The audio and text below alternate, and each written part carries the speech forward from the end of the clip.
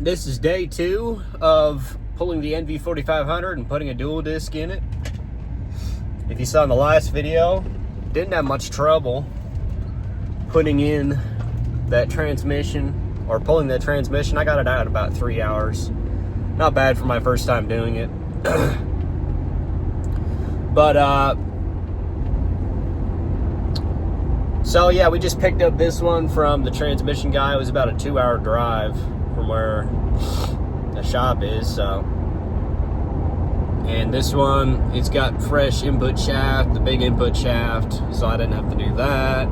It's got a bunch of different stuff done to it. It's got the 5th gear nut permanently like good, and then he switched out the 5th gear, like the actual gears. He did some to the 3rd gear, I can't remember. He fixed all the NV4500 problems, so we should be good on that.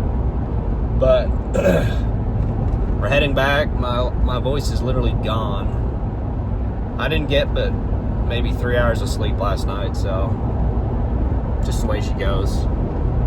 But there she is, chilling. We'll have to pick up some transmission fluid for it. We're gonna use some synchro gear. I'll put up here what we're using. I'll put up here,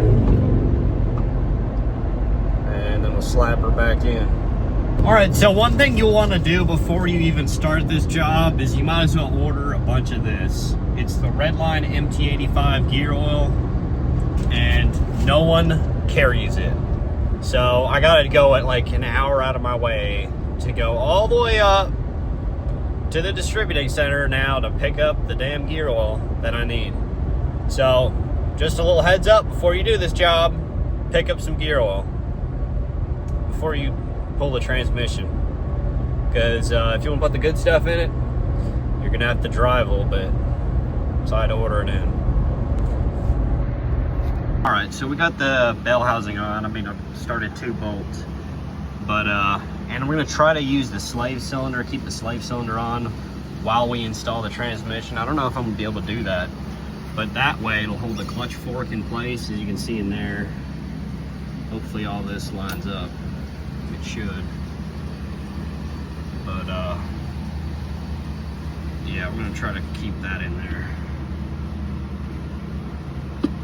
But the one thing you're gonna have to do on this side of the bell housing, opposite from the slave cylinder, that pivot bowl has a washer behind it, and you have to remove that washer that's behind that pivot bowl on the opposite side of the slave cylinder if you're running a dual disc. If you're running a single disc, keep the washer, don't touch it. If you're running a dual disc, you gotta remove that for clearance issues. But yeah. All right, so it's been a couple days since I've finished this truck up, but I had to finish off the video. So I stopped. Let me turn this pump off. You can't hear shit with me with the pump.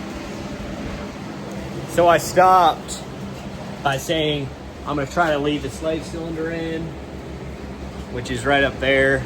I was gonna try to leave the slave cylinder in and just install the transmission with the slave cylinder.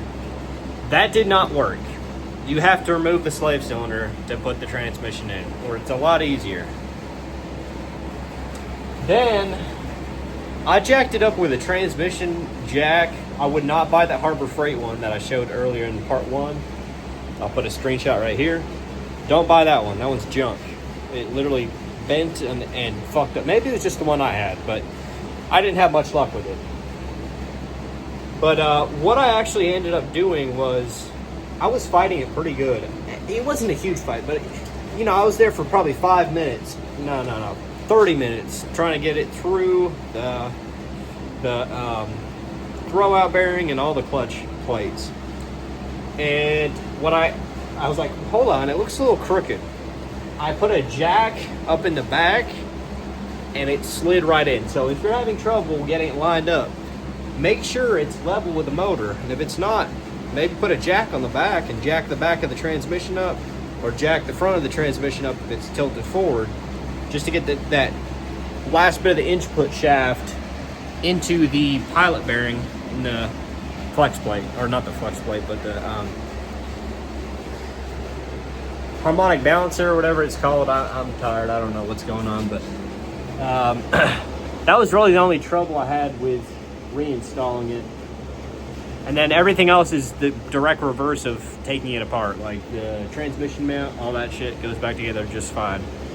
Oh, the one thing with the transmission mount is, I don't know, you just have to mess with it. But it is a little difficult getting it back in there. It kind of only goes in one way, but I forgot how I went in, so.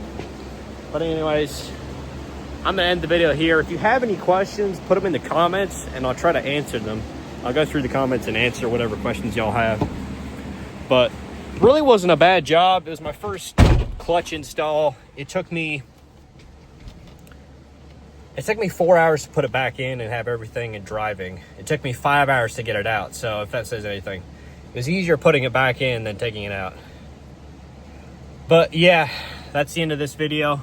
Make sure if you like it, you subscribe, comment, do all the good stuff, hype the video. I heard there's a new hype feature. See if y'all can hype this video up. But that's all for today. That was how to install an NV4500 with a dual disc South Bend clutch. We'll see y'all next time.